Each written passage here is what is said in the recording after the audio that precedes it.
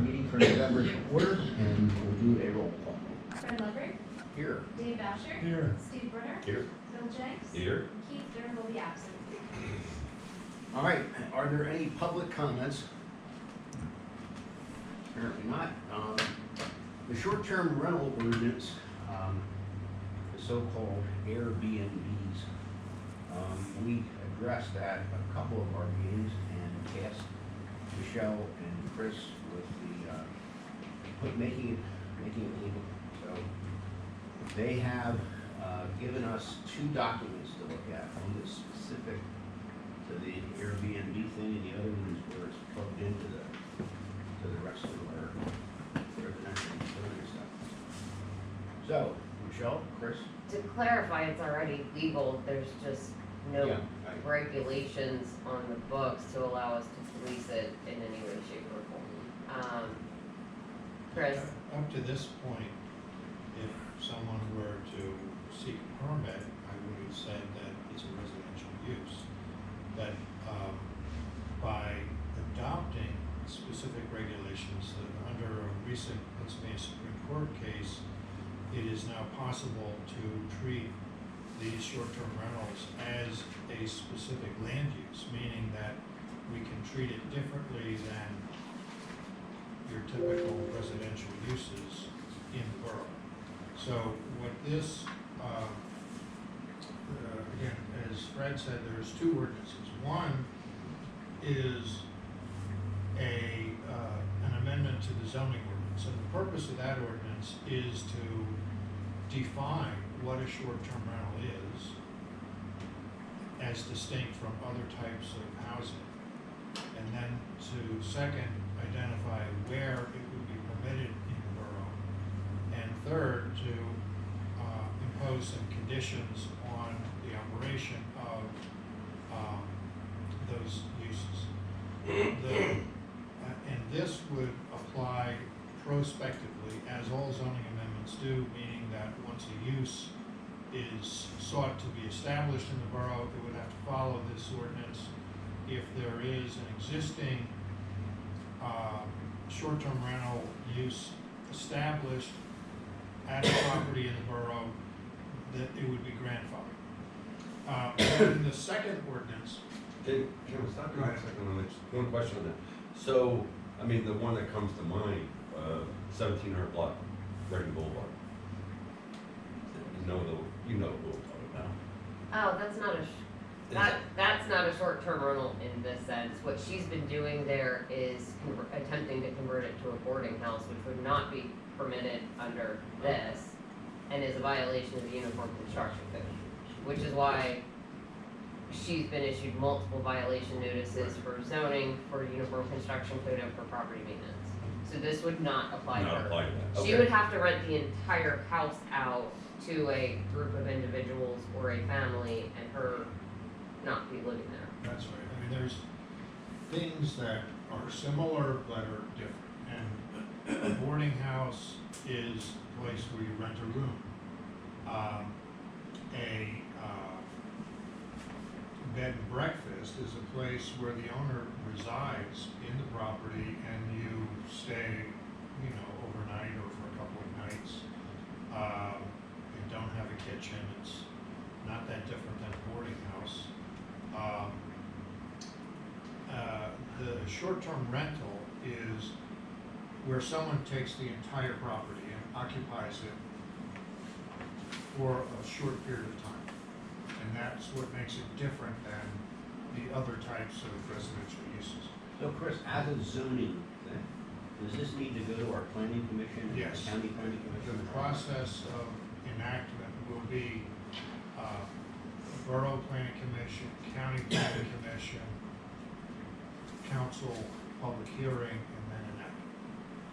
So is it structured specific, or is it area? In most cases, zoning ordinances apply to area. Yeah, we'll get to that. I wanted to just give the overview before getting into the details, but there are specific zoning districts where it's allowed and others where it's not allowed. Right, but still my first question is the structure given the designation of what we're trying to do here, and then Well, someone would have to seek a zoning permit, and, you know, there'll have to be some communication to the community about this in order for people to understand what the new expectations are. But, from the date of enactment of this new regulation, if council approves it, if anybody wants to establish a new short-term rental use of their property in the borough, they will need a zoning permit, and they'll have to go through whatever procedure is required for that location. In some locations, it'll be by right. In other locations, it'll require a special exception hearing by the zoning hearing board. And in other locations, it'll be prohibited, and they could only do it with a variance. So, again, there will be a difference between people who already started and have one on the books that they can document that they've been doing this for some period of time before the enactment of the new ordinance, compared to new requests or new changes in use, in which case they'll have to go through the new process.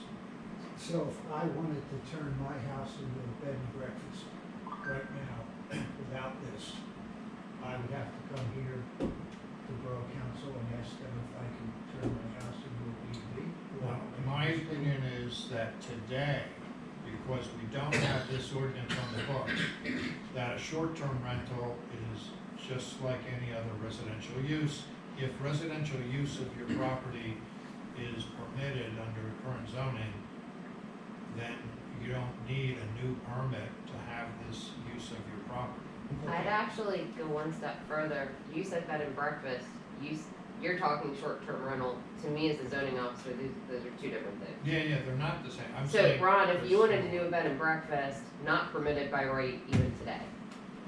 Say that again? If Oh, I you, thought he was talking about the Airbnb. he said bed and breakfast, and to me, that's a different, Yeah, I wasn't listening closely enough. Well, So, I Ron, guess yeah. if I can do what what you say I can't do and you say I can do, or whatever I'm doing. on that She's saying particular if you said a bed and breakfast, you can't do it. Right. He's even saying- after this. He's saying if you put your house on Airbnb right now, you can. Right, so if I do it right now, and I can, As an Airbnb. right, and if we do nothing, the next person, my neighbor, wants to do it, they could just do it as well. They don't need any approval. Up until the time that this new regulation is adopted.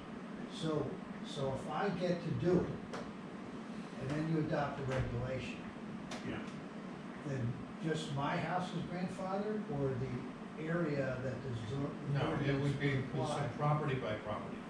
Okay, so it's an And ordinance this that is pertains not, to a property. this is not unlike other situations where we have non-conforming uses scattered around. I mean, there are, for example, you know, I'm not sure if I can point to a specific property, but I can, 105 Evans Avenue, the market, that's in a residential zoning district, commercial use, grandfathered non-conforming.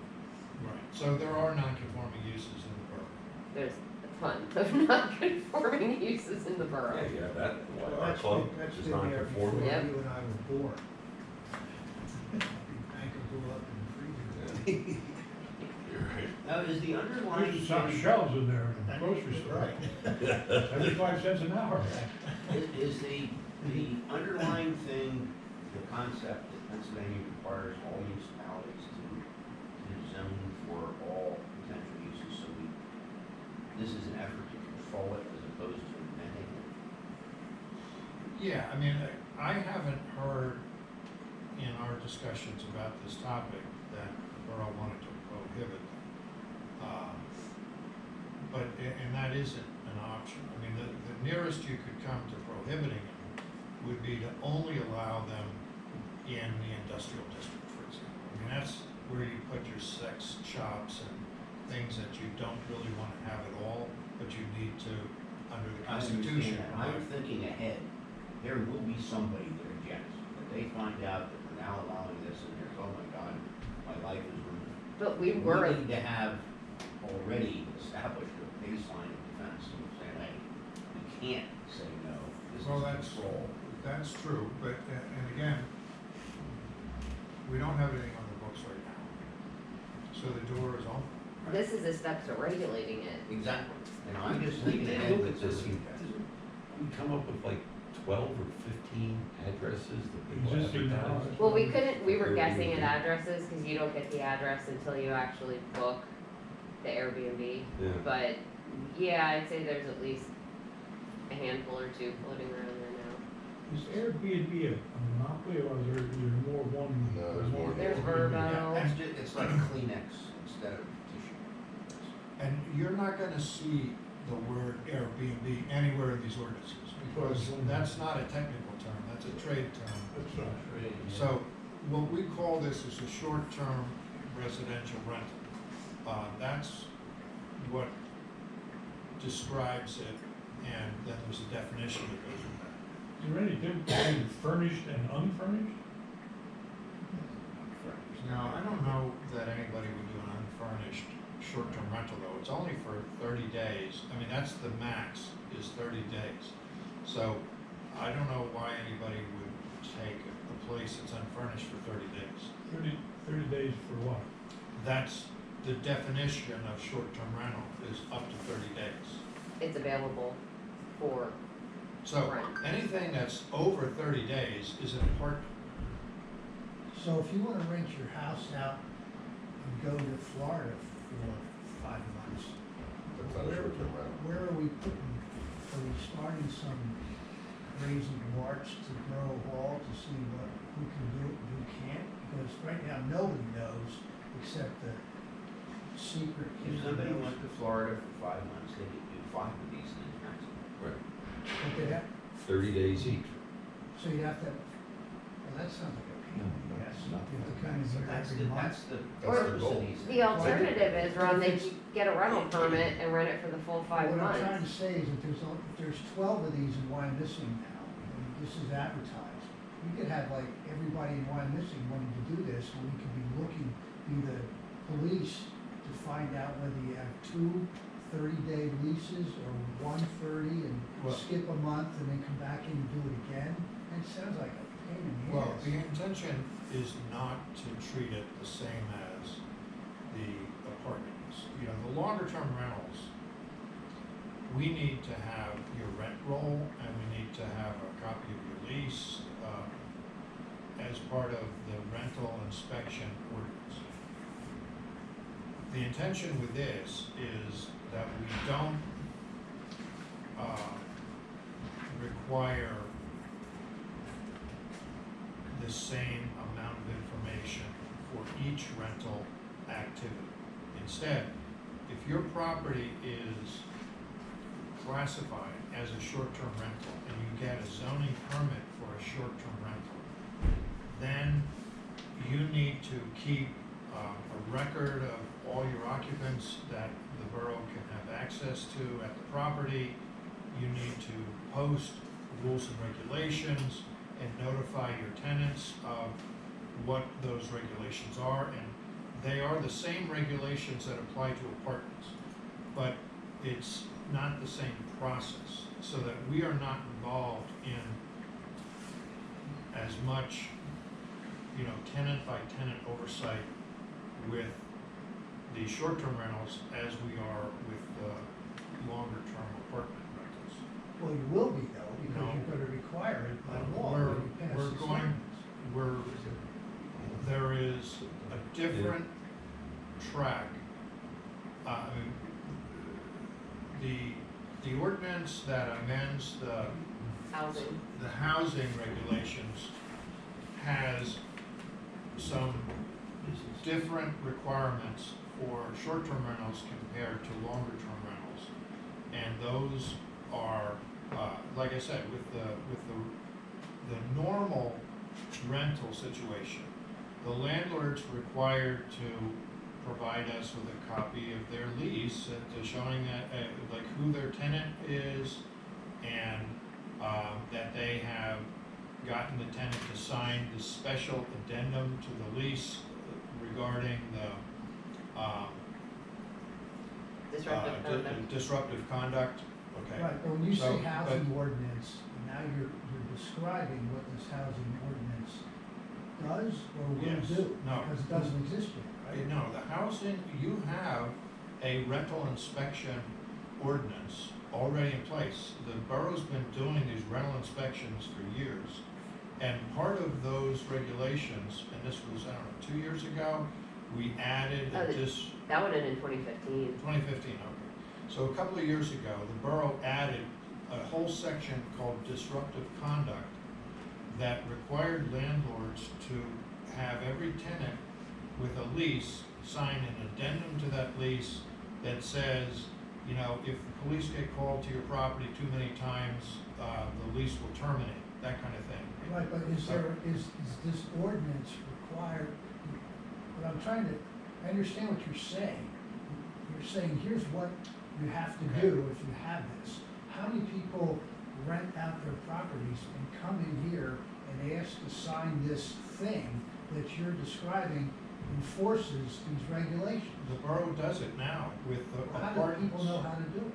Why would anyone even come in here? and You do get- that? So you get landlords. we and Kraft do actually, this came up because Kraft came to me and said, hey, we're getting calls about short-term rentals. You guys don't regulate them. Do you think maybe we should? And, you know, outside of that, it's pretty easy.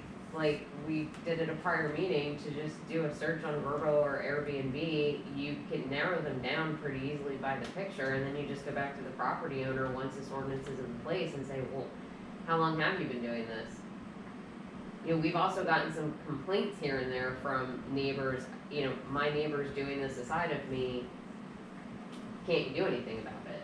So it's like anything else, one way or another, we may not find out about it right away, but we're gonna find out about it. There was a time that local real estate agent had homes, and as an investment, he would rent them out basically to businesses. He would bring somebody in for like a month at a time, and he would give them a house, you know, rent them a house for a month. Right, so where, go ahead. I know, but You know, but people would call and say, well, there's something, you know, every time I turn around, there's different people. Yeah. Well, then we find out, you know, one way or the other, yeah, we find out. Maybe not right away, but eventually we do. It happens with regular rental units all the time, like someone buys a house as a rental property, doesn't realize they have to register it, we find out either through the utility bill or some other way, and it's like, hey, by the way, we have this ordinance, you have to comply, here's the process. how about if I have a house and I have a room, I have a bedroom and a bath, that somebody can come in and, It has to be the whole structure, it has to be what? the whole structure. Well, I In know order there's to one come now under that's this. doing that. Well, that they're would be- grandfather non-conforming at this That is- point. That would be a boarding house. That's a boarding house. Yeah. That would be, it wouldn't be an Airbnb. No, that's Okay. what, Airbnb is you leave, someone comes in and takes the whole place over. Okay, this is, I know in case I can go in a bedroom and a bath, and stay there one night, 3 nights, whatever. That's a boarding house. You call that a boarding house, okay. But if you need to, you can do it at my house, we won't charge you. What a hell of a guy. Okay, I knew I liked him.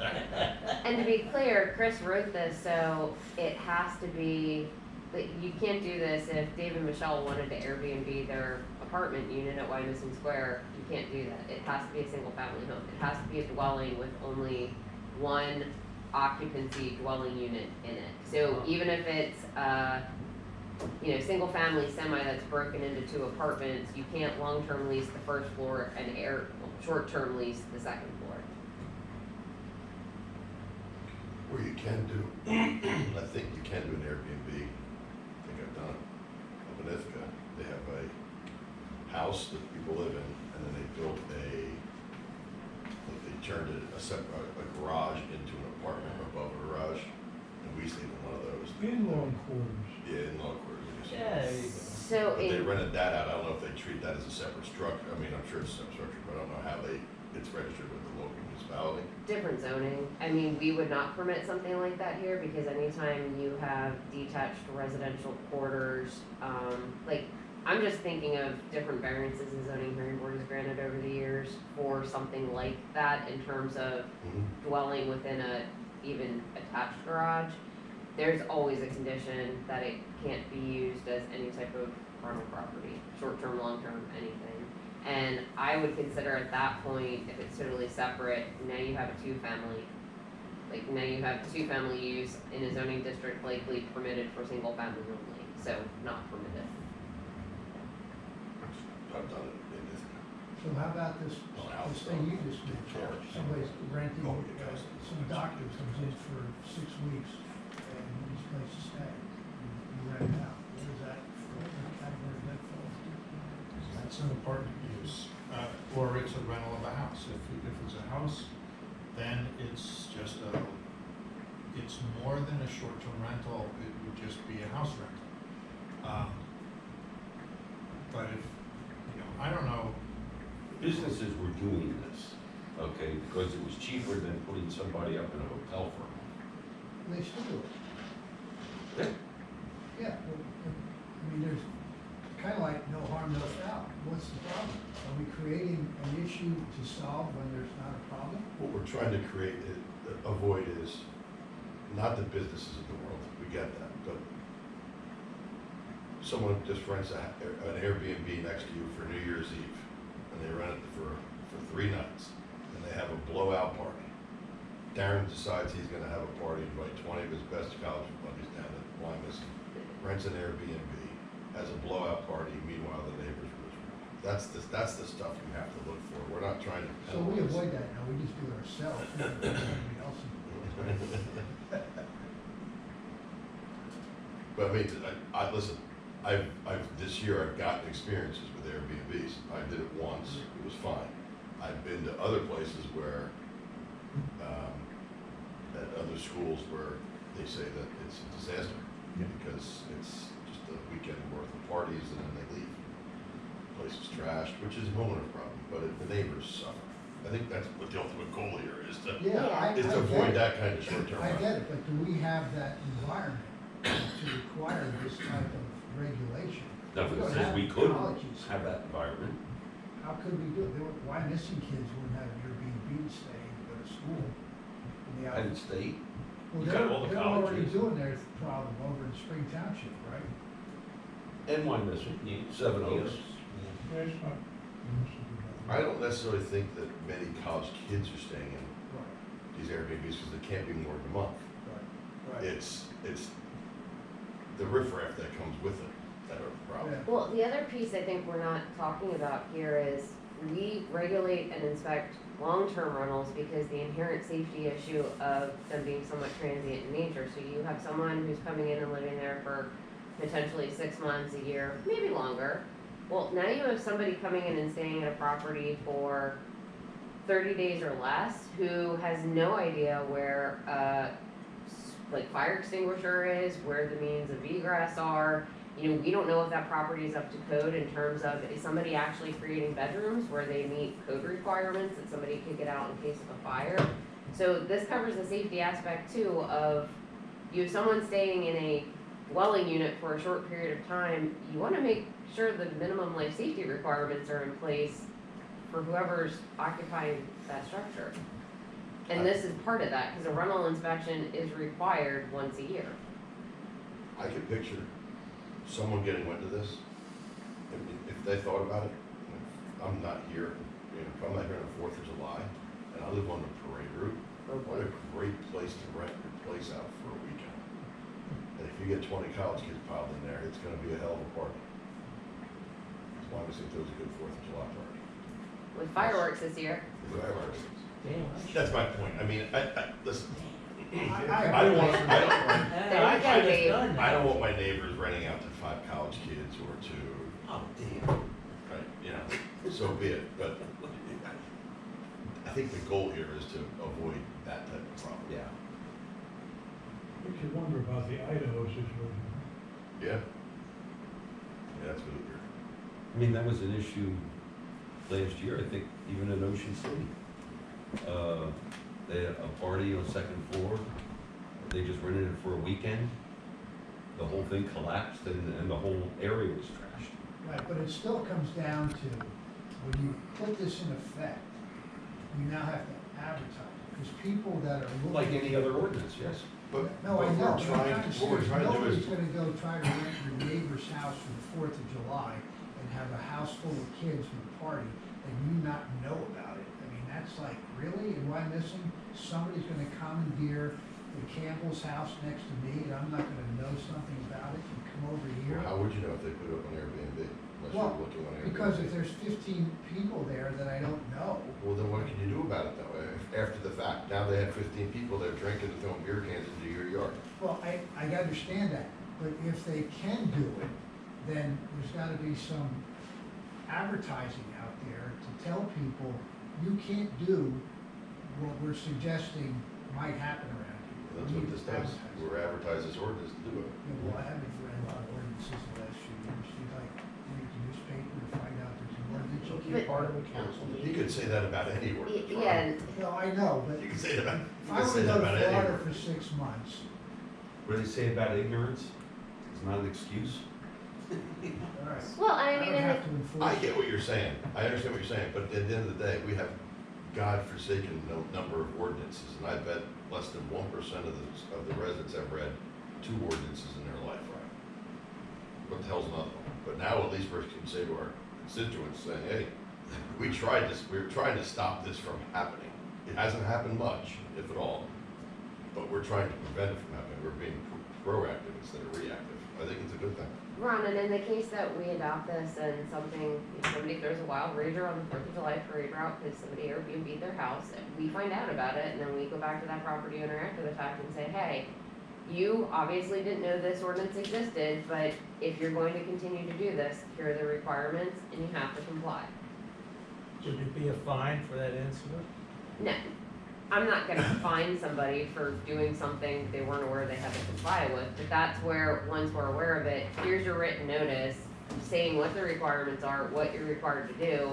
It happens again, then yes, it's a violation of the zoning ordinance, and that's actually a civil suit process through the district justice office. It's trying to control the unknown. Somebody just goes and does it. Now we have, wait a minute, have you know, were you aware of this?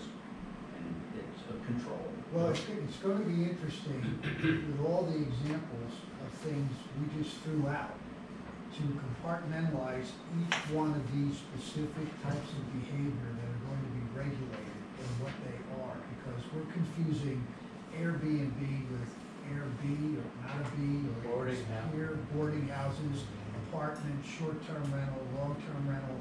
That's a whole lot of different items here that you could fall into. Fourth of July parade, party, rentals. Now that we have a control. Okay, well, when you write it down and identify each one of them, They already are. There they are. We have, under the definition of dwelling in the existing Wyomissing Borough zoning ordinance, there are already 6 different categories of residential structure. There's an apartment building, apartment unit, single-family detached dwelling, single-family semi-detached dwelling, townhouse, 2-family detached dwelling. There's already a lot of parsing that says, you know, this type of use is allowed in certain locations and not allowed in other locations. So we're adding another distinction to, you know, add this short-term residential rental unit use to the list and having special rules for it. So it's not a major deviation from the existing structure of the zoning regulations. so each one of those categories could become part of your subset. Well, they already are. I mean, in this case, with a short-term residential rental, the definition is a building or structure which in every way meets the definition of a dwelling, except that the residential occupancy of the building or structure by one family is for a period of less than 30 continuous days. The use of a dwelling as an approved bed and breakfast establishment as an accessory use shall not be considered a short-term rental. And that's because a bed and breakfast is a different animal than a short-term rental, and we just want to make that clear in the regulations. And a boarding house or group home is its own separate definition already in the zoning ordinance. Yeah, I mean, there's a ton of different regulations and different definitions for every kind of residential occupancy. The ones I listed are just a small part of that. But Airbnb doesn't own the property, what's their role in this?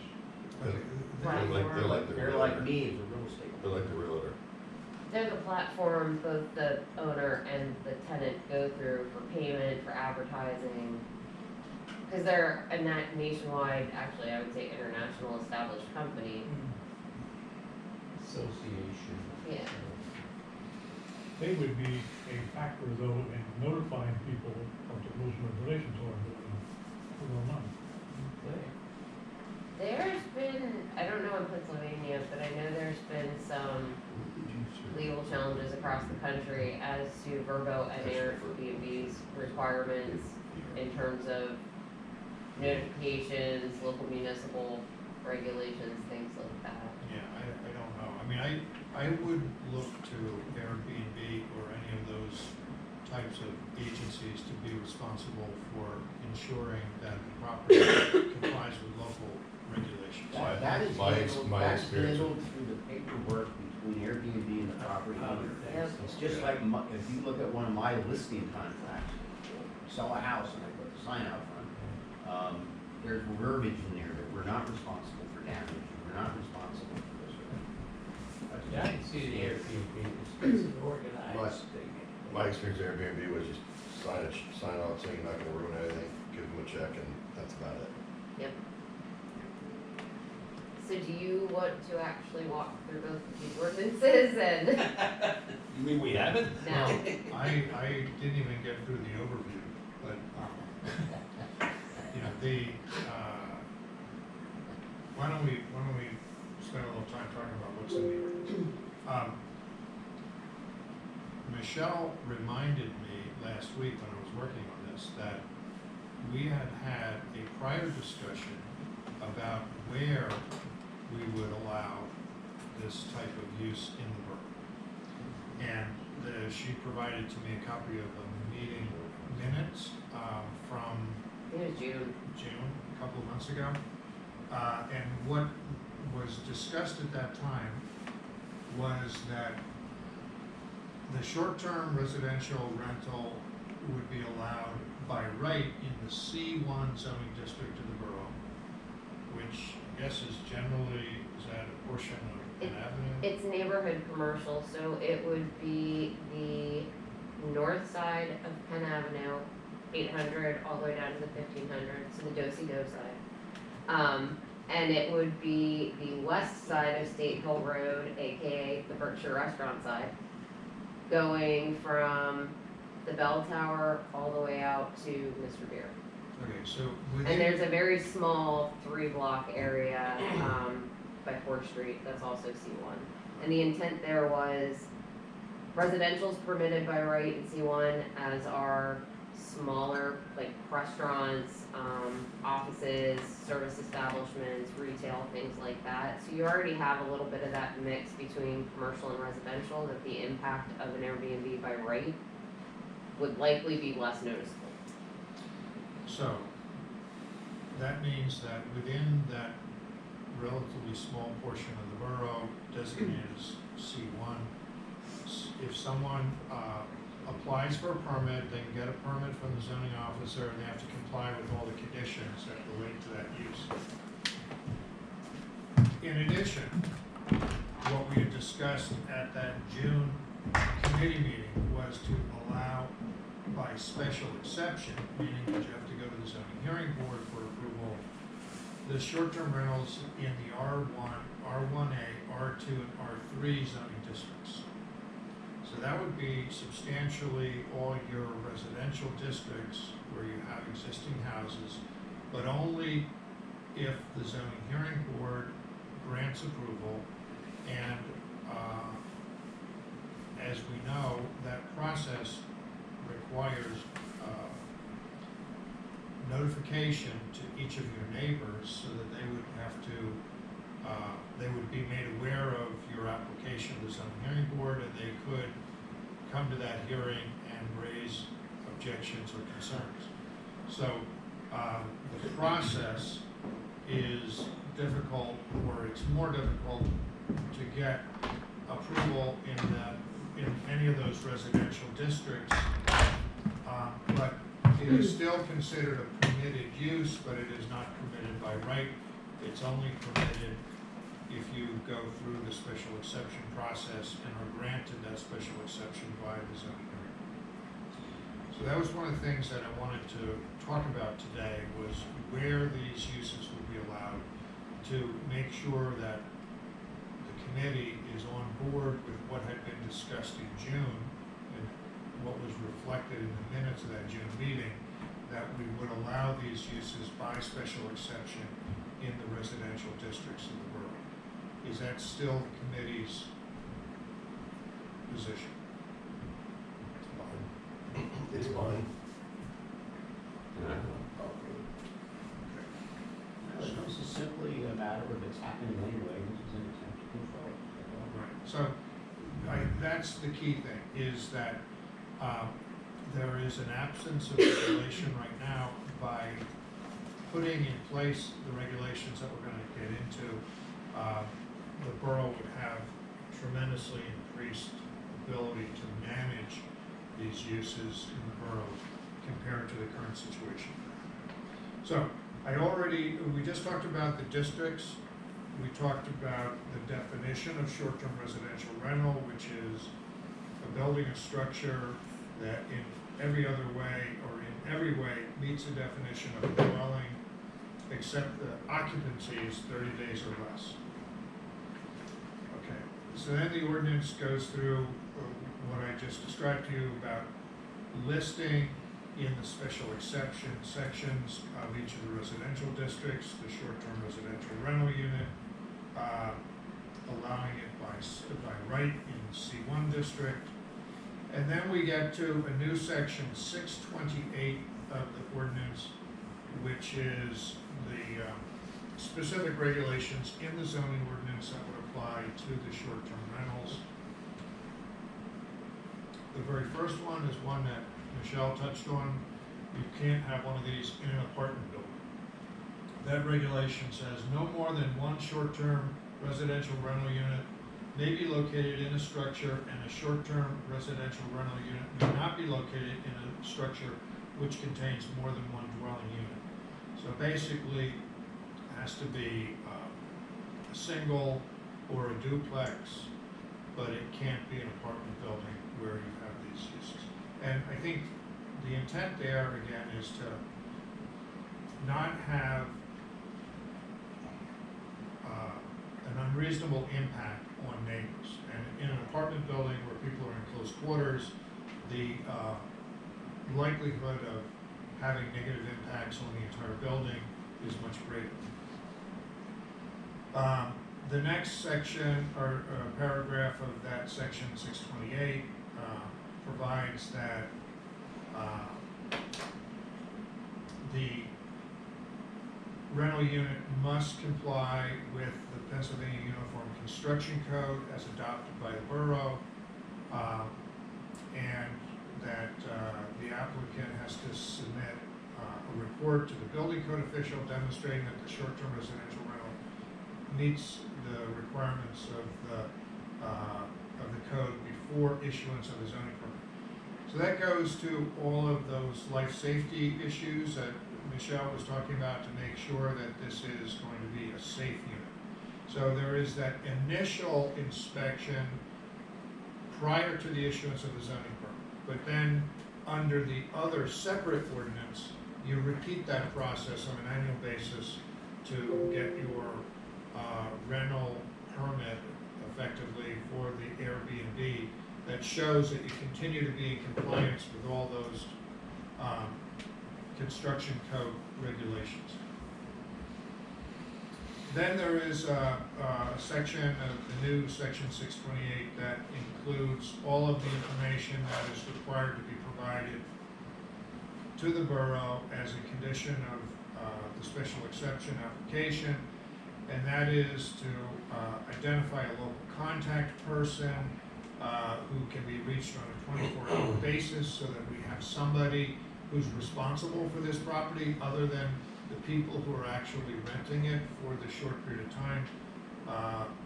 There has to be a 911 approved address, that's just your standard address. There has to be a listing of the maximum number of occupants so that we can verify that that's going to be a permitted occupancy. There has to be a statement of how many vehicles could be parked on the property so that we can verify that that's going to work. There has to be information about how refuse and trash will be handled at the property. There is a requirement that the owner notify occupants about their obligation to not disturb, not to create a disturbance or violate other provisions of applicable borough ordinances. That's only part of it, that's not the whole disruptive conduct section, but that's part of the zoning regulation. And there is a requirement to have a manifest identifying the occupants and emergency contact information, and to place the manifest in an outdoor box installed to contain such manifest. So this is how we find out, or we monitor who's actually there. The borough would have access to this externally installed box that contains the names and addresses and contact information for the people who are staying there on a short-term basis. This is one of the ways in which this is different than your regular rental process here in the borough, where, typically when you have these longer-term rental situations, as part of the permitting process, the identity and contact information for the occupants of the apartment have to be filed here at Borough Hall. With these short-term rentals, we're not getting that information for each and every one of these short-term rentals, but it has to be on file at the property, and the borough has to have access to it. So it's like a water meter? It'd be external to your house, and they come up and open it up and look at who's living there? Well, I don't think we're gonna do that unless there is a need. And that need is going to arise in all likelihood because there's trash being thrown around, there's noise, there's, police have been called to the property. That's where we're gonna likely access that manifest. But it sounds to me like we have a short-term situation, and we're gonna ask these people how many cars you're gonna have there. We're gonna say one, and how much trash they have. So I only have 2 Twinkie containers, that's it. And everything's gonna be fine. And it's a short-term rental, and it turns out the guy's a slob. He's got friends coming in, there's 3 cars there, there's lots of trash. Well, then we take enforcement action. I know, but you're asking somebody to agree not to do stuff that you outline, and of course they're gonna say, I won't do any of that stuff. So now you've got a problem of enforcing something that the guy lied to you, and it's a short-term rental. But now we're gonna put a box out in front of my house, a box that Jim Babb can go open it up and see who's living there. I mean, it's turning this community into something weird that I don't think we have to go to that length to avoid what hasn't even happened yet, but we're taking some pretty restrictive measures to include all this stuff just because you outlined all these things that could happen. Well, what is your, I'm trying to understand I what think you we would have- like to. We have a be the pretty case. exclusive community here that doesn't have a whole lot of problems. And we're anticipating all this stuff happening. And we're gonna start by anybody that says, okay, I guess I'm gonna do this, and come here, and then turns out you have to go to a zoning hearing, to answer all these questions, and then get them answered. And then we have to install the lockbox to see that the guy makes sure he does what he does. It just sounds like Right, a whole well, lot of stuff. there are 2 alternatives to what is proposed in this ordinance. One is to maintain the status quo where this is a totally unregulated activity in the borough and you don't know what might happen. That's one option.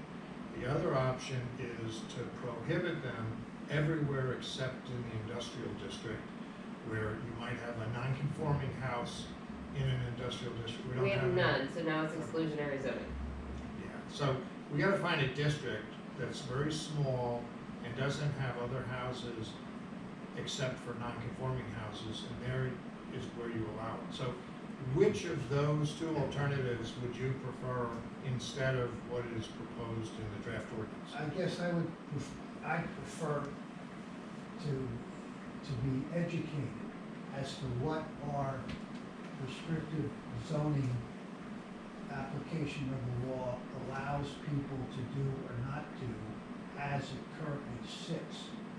And once I've understood that, overlay this on top of that to see how much more we have to do that we're not already doing to create more safeguards for us that we don't necessarily need now because it's not happening. Well, Ron, just to give you, I'm looking at Airbnb right now, I see 401 missing properties on Airbnb right now. Just so it is happening. Just to be clear. But we're not regulating Airbnbs. That's right. So That's exactly right. So So they that can. doesn't, we're talking about stuff that we're trying to regulate. Well, this is what this is trying to do, this is trying to regulate the Airbnb. I thought it doesn't regulate Airbnb, it's a separate issue. No, This the is the whole sole point- purpose of is regulating an Airbnb. If you want to do it in Airbnb. I thought somebody said before, Airbnb has nothing to do with this, No, what don't we- mention Airbnb. No, it's. No, it's, what we're saying is you can't use Airbnb. Okay. Fred's reference is Jello is really gelato, Okay. whatever. Well, But it's well, not Jello. Airbnb is a certain service that, you know, arranges for rental transactions. We don't mention Airbnb in this ordinance because the name of Airbnb could change tomorrow to something else. So there's and VRBO, and there's there's VRBO, 10 other organizations that do the same thing. So the way we address this is by defining it as a short-term residential rental rather than calling out the most commonly known agency for making these transactions, which is Airbnb. Yeah, that's a commercial name. Right, exactly. Right. So, for example, you know, in our zoning ordinance, we talk about drive-through restaurants. Nowhere in our ordinance does the name McDonald's or Wendy's or Burger King appear. We just have drive-through restaurants in the zoning ordinance. This is the same thing. We're not, you know, Airbnb is the McDonald's of setting up these short-term rental situations. We just call it a short-term residential rental in the ordinance. I'm gonna take this to 5,000 foot level view. We have regulated long-term rentals for 14 plus years. And if you think about how they operate, their impact on a neighborhood and the people that live there is typically less intensive in that you have someone residing in property for 6+ months. They're on some level vested in the community. You know, they hopefully care about taking their trash in, about keeping their property nice, about not annoying the people that live on either side of them. So we've been doing that for 14 years for long-term rentals. I don't understand why we wouldn't want to do the same for short-term when those people are here and gone in likely a week or less, don't care about anyone in the neighborhood because they're never gonna see those people again. Don't care about the condition of the property when they leave it, because if anything, the property owner is gonna keep their security deposit, and that's that. I don't understand why we would not want to do this when we're already doing it for anybody who's signing a lease and living in a property for 6+ months.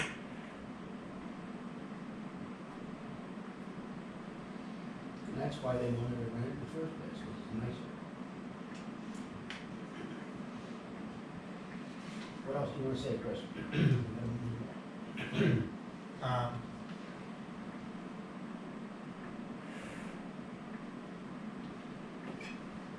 So there are, again, in this new section 628 to the zoning ordinance, which includes the short-term residential rental unit regulations, requirements for the contact person to be identified and kept on file with the borough.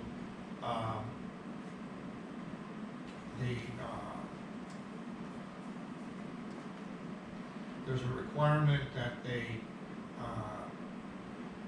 comply with any hotel tax that might be applicable, and I don't know to what extent that would be applicable, but if there is any possibility that they would be subject to hotel tax, we want to make sure that we are getting that revenue paid and that they don't escape that revenue source. Because that goes to things like advertising for tourism in the community. The occupancy limit is based on the number of bedrooms. There's a cap on the number of bedrooms of 6. There's a cap on the occupancy of each bedroom of 2, excluding children under the age of 5. There has to be, as part of the zoning hearing board application or the zoning permit application, a plan showing the structure, identifying what the bedrooms are, so the borough can verify, that they're not going to exceed the occupancy that they are going to be permitted for. Rentals can only be made to people who are 21 or older. The owner is required to make best efforts to ensure that there's not unreasonable noise or disturbance, disorderly conduct, or violation of other laws or ordinances. And again, this is a requirement of the zoning ordinance. We have a separate section in the other ordinance about disruptive conduct.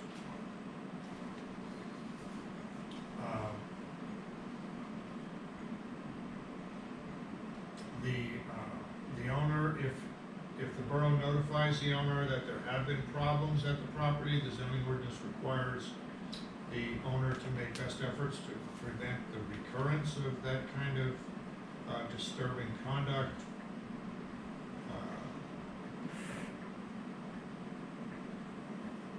The permit has to be renewed on an annual basis under the zoning ordinance and update any information that was contained in the initial application. So that's what's in the zoning ordinance. Then there is a separate second ordinance which amends the housing sections of the borough's code.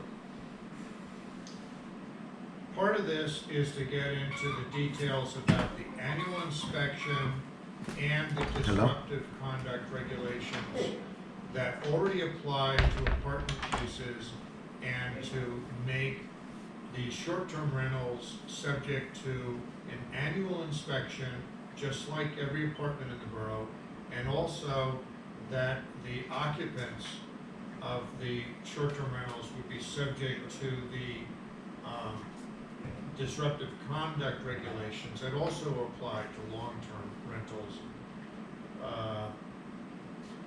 with a couple of tweaks to those regulations. One of the tweaks is that unlike long-term rentals, the lease agreement and the tenant listings that are required for long-term rentals are not required to be submitted with the application for the compliance with the housing regulation. Instead, the owner of the short-term rental must provide a copy of their standard residential rental agreement, and that standard residential rental agreement has to include the addendum regarding disruptive conduct, that is part of the housing regulations. So again, what we're anticipating is that the turnover will be frequent with these short-term rentals. And so instead of getting a copy of the lease and the tenant list for each occupancy, instead we just want to see their standard lease agreement that includes the disruptive conduct addendum, and make sure that they know that, you know, this is the agreement that they need to use for each occupancy that occurs with a short-term rental. And again, correct me if I'm wrong, but with the long-term rentals, they don't have to get an inspection every year if they have a clean inspection.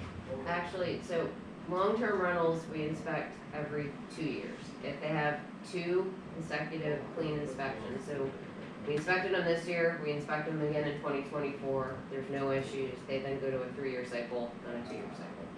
Okay. That's different for short-term rentals. For short-term rentals, we're going to require an annual inspection regardless of the outcome of that inspection. And again, as Michelle said earlier, we want to make sure that the occupants of these short-term rentals are safe. So the way that we can ensure that is by getting in there each year and verifying that all the safety measures that are required for safe occupancy continue to be intact. It's also a way for us to make sure that these short-term rentals don't degrade the housing stock in the borough, you know, because we don't want to see these short-term rentals turn into, you know, destroyed properties.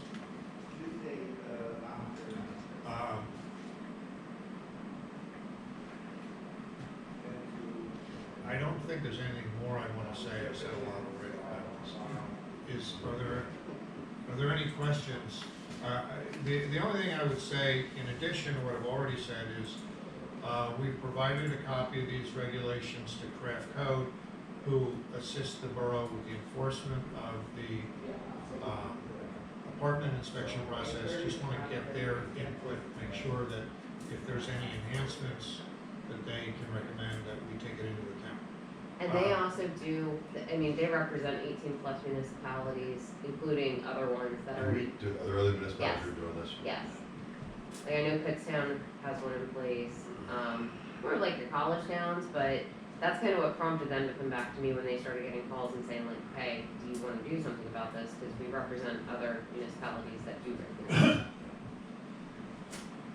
All right, there is one other thing to talk about today, and this is just to bring it to your attention.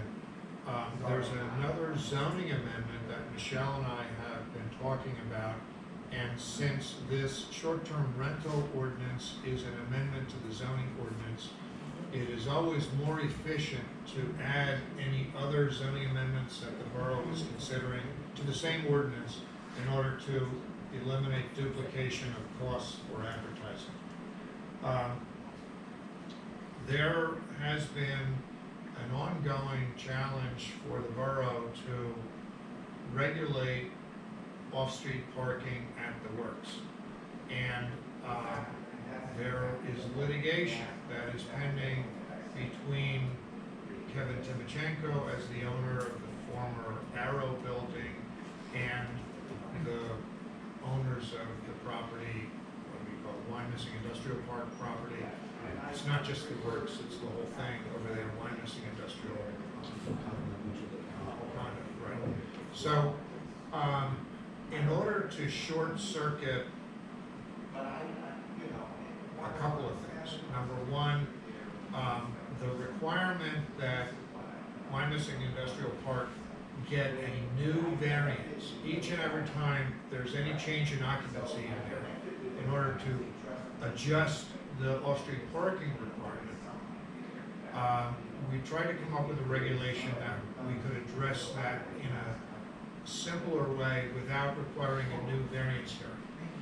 And secondly, in order to short circuit the litigation where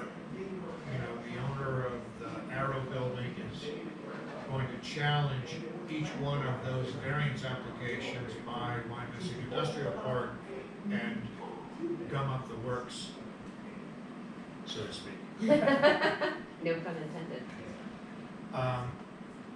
So, the approach that Jim McCarthy and Michelle and I have come up with is to provide through the zoning ordinance for the possibility of an owner where the owner's property qualifies as a mixed-use lifestyle center, which is a totally made-up new concept that we intend to apply to the Wyomissing Industrial Park.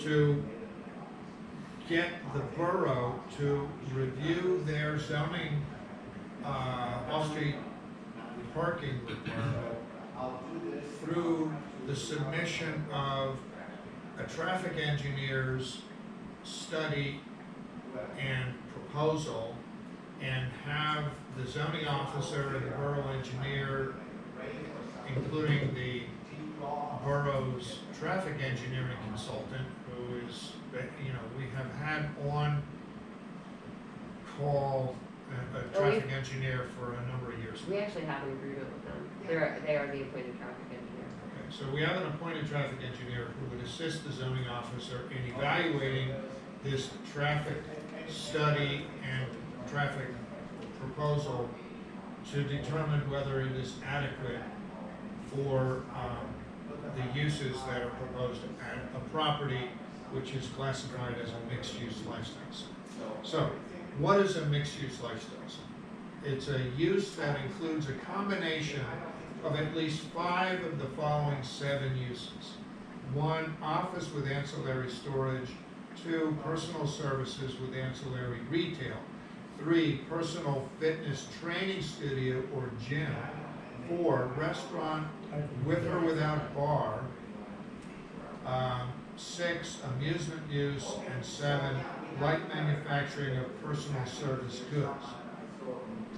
In that, where you have a situation where a use includes a combination of at least 5 of the following 7 uses, the number of required spaces for off-street parking for the mixed use shall be determined by the zoning officer in consultation with the borough's appointed traffic engineer, based upon a parking plan prepared by a traffic engineer and submitted to the zoning officer on behalf of the developer of the center, taking into consideration the mix of uses, hours of operation of each use, days of operation of each use, number of employees of each use, seating in restaurants and bars, and gaming positions for amusement activities. So, as I've described, we're trying to find a way to handle the off-street parking requirements at the Wyomissing Industrial Park administratively without forcing them to keep going back to the zoning hearing board every time Chip gets a new tenant. And that's a perfect example of a non-conforming property in that there's a little shy of 400 parking spaces available at the site. If I sit down and break every use operating there and calculate what their off-street parking requirement is, they need almost 1,500 off-street parking spaces to comply. And that's never gonna happen. And the parking study that the owners of the Wyomissing Industrial Park have already had performed clearly shows there's adequate parking at the property based off the different uses, the hours of operation, numbers of employees, et cetera, et cetera. How does some of these places have had agreements of shared parking? There's none of that really going on at the moment, other than there's an agreement between Russo's and the Wyomissing Industrial Park for a little shy of 50 spaces on the west side of the property. So if those agreements existed and the occupancy changes, does the agreement then just automatically disappear? No, I'm taking that agreement into account when I'm calculating required parking for the overall site. So like in that case, okay, 50 off the bat, go to Russo's. That's hard to track though, isn't it? I mean, supposing Michelle isn't here anymore and you don't At this point, no, because there have been, I think, 13 zoning hearings in the past decade for different uses at that property, that all of that is called out in the written decisions, like, all of that is now documented in our files with copies of the agreements. The way we now save things in Permit Manager for ease of finding and for when I am one day gone is, there's notes in there, date, variance granted for X, C, special conditions, like something along those lines. The property you're talking about, I think, there were some of those in existence, weren't there? Some of what? Agreement. There Oh, gosh. but So, I think that most- Most of them are terminated, other than Russo's is the only one that's still outstanding. What you're referring to is The Arrow. that Arrow had a deal with Yes. Center, and then Timchenko took it over, and Terminated that Terminated. agreement. Well, he actually didn't terminate it, two of the condo owners did, for the simple fact of Kevin would not agree to a set monthly amount and made it clear he would continue to increase it. So, I mean, they were paying $500 a month for that parking lot use before Kevin purchased now the Met. He was increasing 500, went to 1,000, went to 1,500 a month with no guarantee it wouldn't continue increasing, and that's when they were like, we're done. Because when Metropolitan came here and wanted to do certain things with the property, there was an existence, or they negotiated a parking agreement. That parking agreement was already in Chip place White's between property? Arrow and the Wyomissing Industrial Park. Yeah. When Kevin bought the property, it transferred to him, and he has a surplus of parking spaces in that separate lot in front of Baja Beach he does not need. So he could have kept the agreement, but, and was willing to, for the right price. Just seems like it's hard to track. So how does the Berkshire Mall allocate, they have a big parking lot, and they have a whole lot of stores, and when somebody moves out, somebody else moves in, do you negotiate a specific number of parking spaces? And don't you end up in a situation where if the gym moves out, or changes its name, or whatever it does, they have to negotiate another set of parking spaces, so that you're giving the Wanamakers 3 spaces, because that's all they could get, because everything else is, whatever you wanna put there. I mean, So the mall, If you the wanna mall's put a Dairy Queen in, how many This brother. spaces does Dairy Queen get? The mall's parking regulation is based off a shopping center, not this, and not individual overall uses. In terms of zoning, whether it's for the Wyomissing Industrial Park or the Berkshire Mall, I don't care about the proximity of those parking spaces to where the use is actually operating if it is one whole property. I care that if this is what your classification is and you need 100 parking spaces, you have 100 parking spaces on that property. If the owner and the tenants want to divvy up rights to spaces closest to individual tenant spaces, that's between them. I just need to see, this is what you need, this is what you got, we're good. It sounds like a Cosby issue, because every time one of those leaves and somebody else comes in smaller, the whole situation changes. Smaller's good. Eventually- If someone comes in that's smaller, your parking requirement should be in theory lesser. Right, If but then somebody- once you give that person fewer spaces, and the next person that comes in would like more spaces, how do you, it just seems like it's a never-ending Yeah, mess. but the idea here is, I mean, with the Wyomissing Industrial Park, it will be an ongoing challenge. But right now, it always has to go to the zoning hearing board, and as Michelle said, approximately 12 hearings in 10 years. That's $12,000, not including attorney fees that That's owner right. has spent just to be able Well, to lease his the- space. It has cost the borough a tremendous amount of money, because zoning hearings, we lose money. The application fee does not cover very much of the expense of the zoning. So, just the off-street parking requirements for the Wyomissing Industrial Park have cost the borough tens of thousands of dollars, I would guess, over 10 years. So if we could handle it administratively without requiring to keep going back to the zoning hearing board, that would be a plus. But if you have 500 parking spaces on the footprint, and you have 10 tenants, in your calculations, does that handle the parking required for those 10 tenants? And if so, you say, there's your space, there's the parking. Park where you want, park way over there, park over here, park there, because that's what happens when you go to the mall. You don't have to deal with how many parking spaces am I getting. So that If you is, come in at midnight, you can have 400 because there's nobody here. You that, just- that is how zoning handles parking. This is gonna apply the same way as parking applies at the mall. That parking study is gonna say, these are the uses operating, this is a number of off-street parking. That traffic engineer preparing that study feels are required based off all those uses. They're gonna send that to me. As long as that number matches the actual number of striped spaces over there, we're done. I don't care where those spaces are in relation to the tenant space and the space on the property. Isn't that Okay, something, isn't that this something? is you- really not changing anything, it just means that we can do it administratively instead of going through the zoning report process. We're attempting to work with the property owner to make the property comply.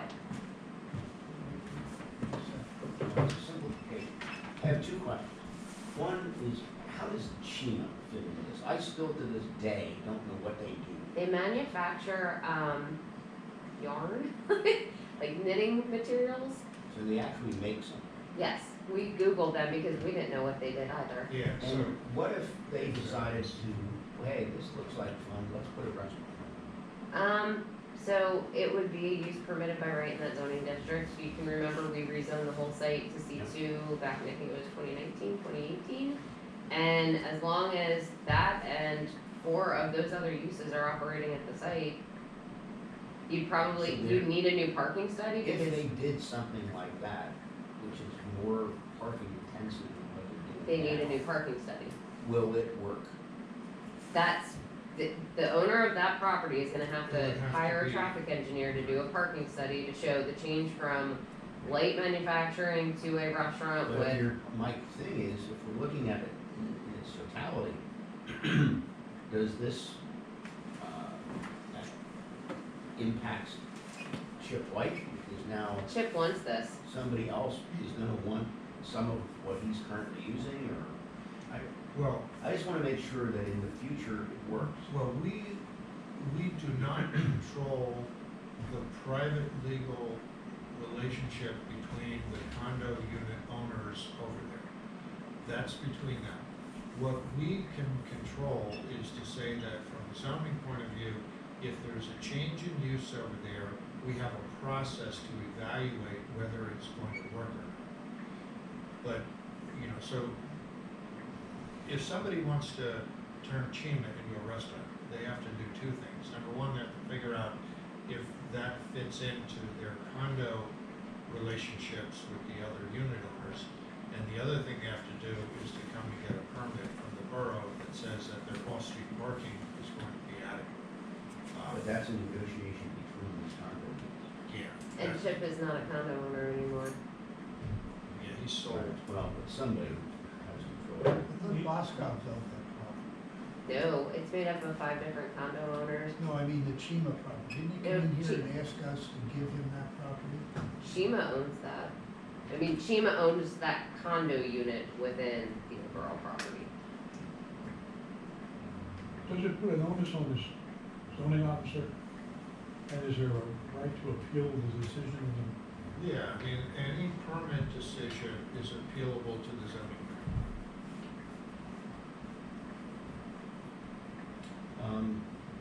Just to be ugly about this, whose ox is getting worked? I would say it makes it more difficult for Mr. Timochenko to continue his current litigation. However, for the reason that Dave said, you know, he could appeal the permit that's issued under this new process. But it'll, so, you know, it could end up still being a battle. I mean, what it looks like to me is that, you know, there is competition over the limited real estate over there, and Kevin is using the parking situation to get leverage over the other property owners in the neighborhood. And he knows how to use the legal system to try to put pressure on people. This amendment is intended to try to simplify the process, but if somebody is intent on creating problems, they'll still be able to do If this becomes law, how does it affect that? that. Okay. The zoning officer has the ability, with this amendment, to make determinations about what the off-street parking requirements are for that property administratively. It doesn't have to go through the zoning hearing board. But if somebody is unhappy with the outcome of that administrative process by the zoning hearing board, it'll still end up with this. If somebody is unhappy with the administrative process exercised by the zoning officer, they can still take the matter to the zoning hearing. I think the difference this time would be if they go to the zoning hearing board and the person appealing that decision decides to take it to the next level, which would be the Berks County Court of Common Pleas to appeal the decision of the zoning hearing board.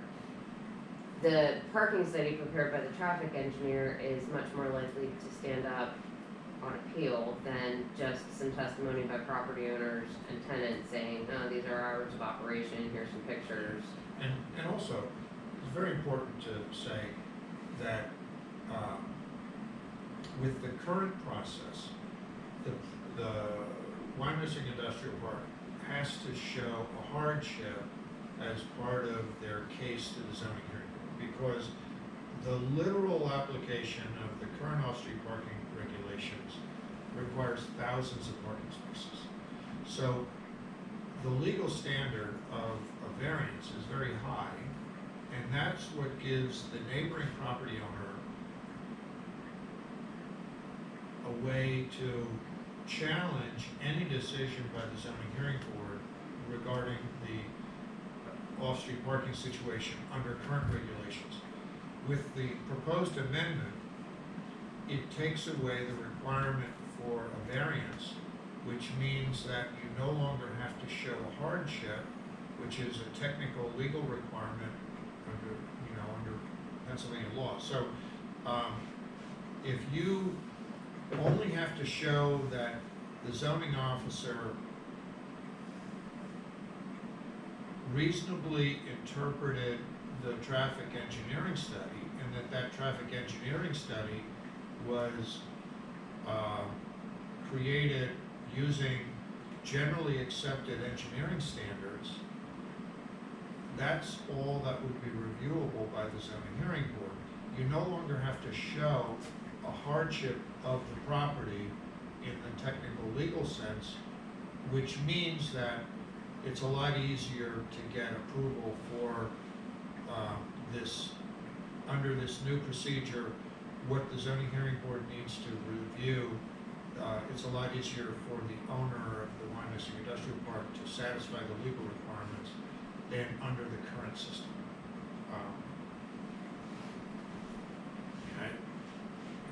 I'm not sure if I made that clear, but it would be, even though it would be reviewable by the zoning hearing board, the legal standard to determine that what the zoning officer did was okay is a lot lower than the legal standard to approve a variance. And therefore, it's more likely that the zoning hearing board's decision will uphold the zoning officer's determination. So in light of that, that's what you get the zoning officer drawing his conclusion. Put it in now? The zoning hearing board concurs, where's it go next?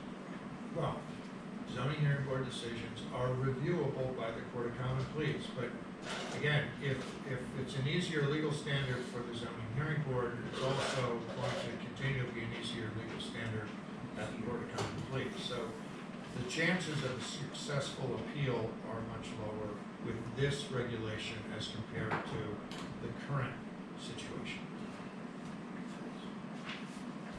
All right, do we need to amend the agenda for this item? No, there's a motion on there. This is part of the Is there a zoning. second agenda for that? before second bullet point, a motion is needed to approve, table, or deny recommending the draft ordinances be sent to the Borough and County Planning Commissions for review and comment. Yeah, this is part of the short-term rental ordinance. It's wrapped into the zoning amendments for the short-term. So what we need is a recommendation from this committee for the planning commission. To move forward. I'll make that motion. Is there a second? And that I would be have as one to both objection ordinances. here on the Yes, sunshine. be clear about that, Bill, so this is for both. So we have a motion and a second to go forward. Is there further question or comment? This would be sending it to the planning commission. Planning commission would then make a recommendation to the borough council. Then trigger the hearing. Right. Correct. All right, everybody understand? All those in favor say aye. One objection. Any opposed? Thank you. Mr. Jadick, do you have a sunshine law objection? Yes. The fact that this was not made part of the agenda, the ordinance was not made public before the meeting, so we can have some real, I noticed some massive things that were not, I mean, we have only, 7 people here deciding on really,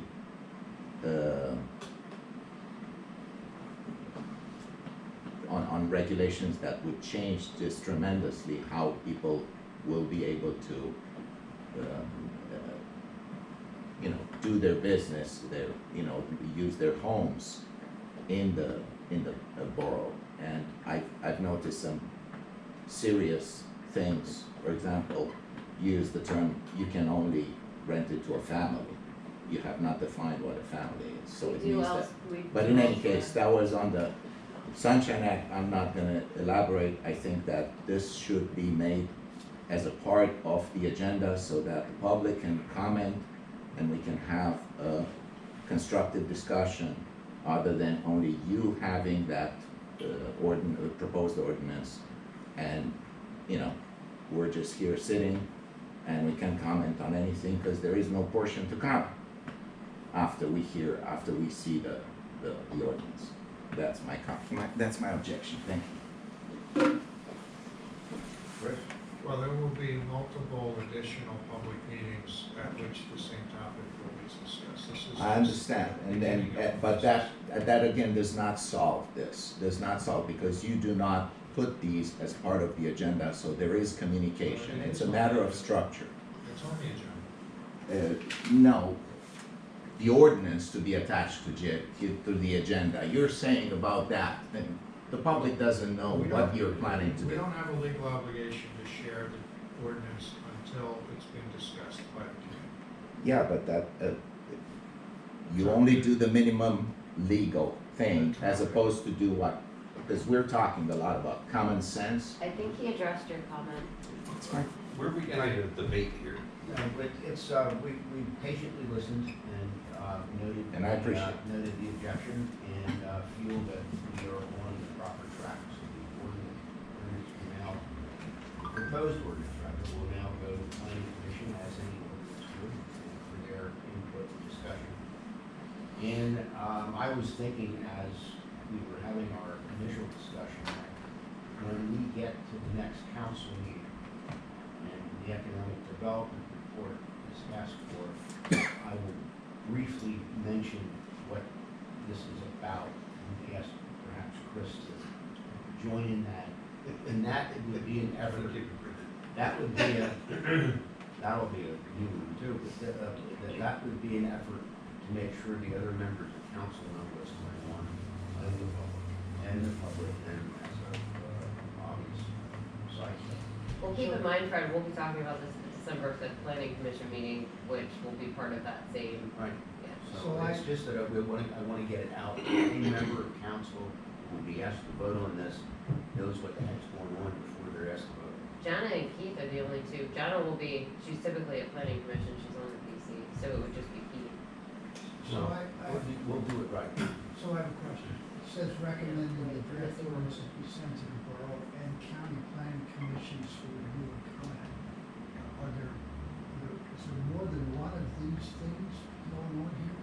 The draft ordinance says we're gonna be sent to the planning commission. You have the short-term rental thing and Oh, I this know, but parking it's- thing. So any zoning There's ordinance, only, how many planning commissions are there's the county and the boroughs, Borough and and county. any borough zoning ordinance amendment must also be sent to the county planning commission for review and comment. there? So anticipating the planning commission meeting will be a day or two before the council It's meeting? actually a week this time. All right, so it's a week.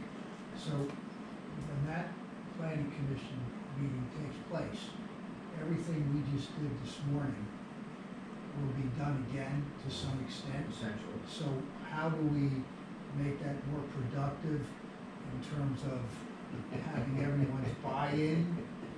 I think that to make that more productive might be in the hands of the planning commission chairman. If he is able to discipline himself, it may not be as bad. Maybe because I know the answers, I didn't have before I came to this meeting. We'll leave it to Mr. James. Yeah, he can actually chair the meeting. Yeah, I guess we've never All right, tasted We've never done an ordinance before, so. we gotta move along here. Marketing of development projects in the borough, Michelle. So I think this came up at a finance meeting at Mr. Jace's request. I reached out to Equus just because I figured if anybody knows how to market a property in various trade publications, it would be them. And sure enough, they gave me a few recommendations for trade publications that I should reach out to. The Mid-Atlantic Regional Journal, or I'm sorry, Mid-Atlantic Real Estate Journal was one that they actually advertise in. I got rates from MARE, is what they're called for short. Depends on how many times they are still working off the 2019 rates, I confirm that. It depends how many times you wanna advertise, the size of what you wanna advertise. In addition to the print, you also get, online advertisements, and you could subscribe digitally to their journal. I'm still waiting to hear back from the two other companies that I reached out to, so I'm just kind of putting this on the agenda as a placeholder. We're not anywhere close to being in a position to advertise, and that I have no content written to actually put out there. So, this is just the Well, last. this is more, basically a generic, consider why missing sort of ad as opposed to specific projects. No, I mean, Bill asked me to basically put something together highlighting the redevelopment, that sort of, like, Bill's and you. Initially, what I had, and Chris brought up a good point on this, was seeing it in the Pennsylvania Boroughs magazine. And, that, hey, a lot of neat stuff going on. Chris brought up a very good point that that's more of a bragging magazine, that it's getting out to the right people. But originally my thought was, hey, we should have an article in that magazine about this.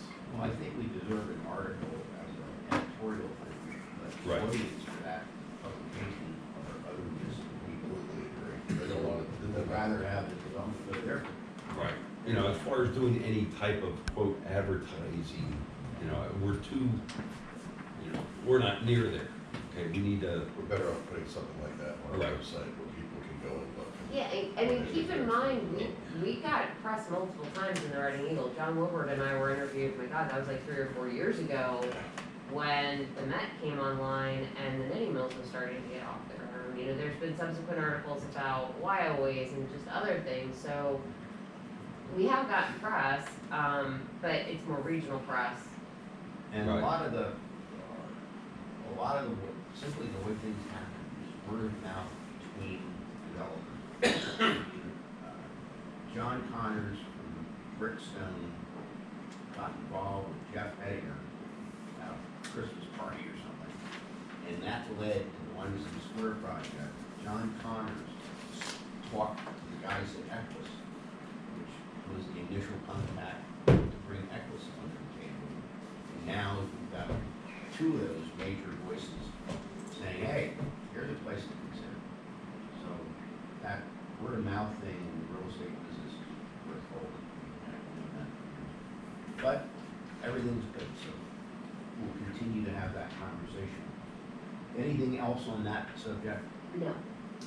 Old business, does anyone have anything of old business? This is where we normally would say, what's new at the mall? Well, and I have updates.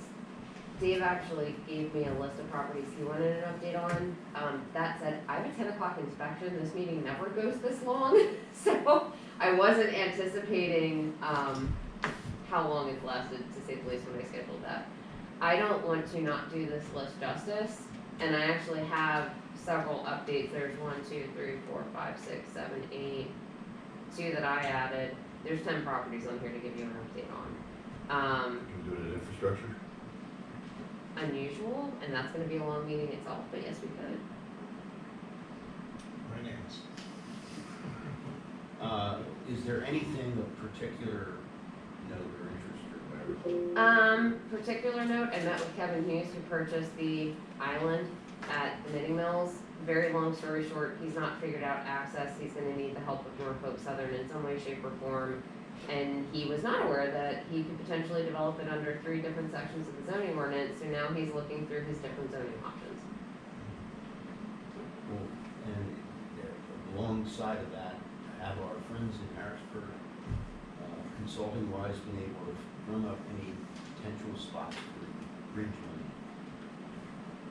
Not, so where that money would be coming from, we already have grant applications in. That is something Kevin and I talked about, that it would have to be a public-private partnership, with the borough probably taking the lead on a grant application, but the different programs that are out there, multimodal or RACP, and RACP we're going after for facilities money right now.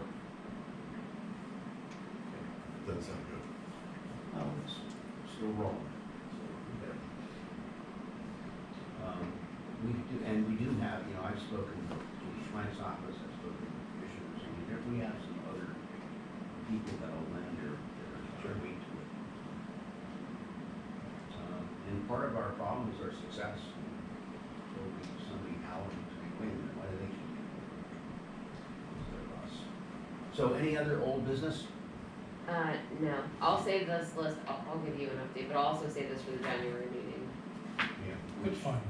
And so We'll have more info by then. we have a lot of stuff going on, and by then there'll probably be something else to add to that list. Is there any new business to come before the committee today? All right, now, just looking ahead, no December meeting, Not unless you wanna be here on Christmas.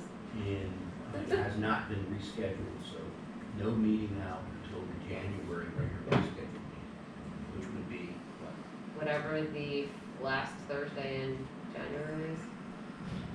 so you'll have plenty of time to think of more things. Or recover from this one. Well, well, I think skipping December will take care of that.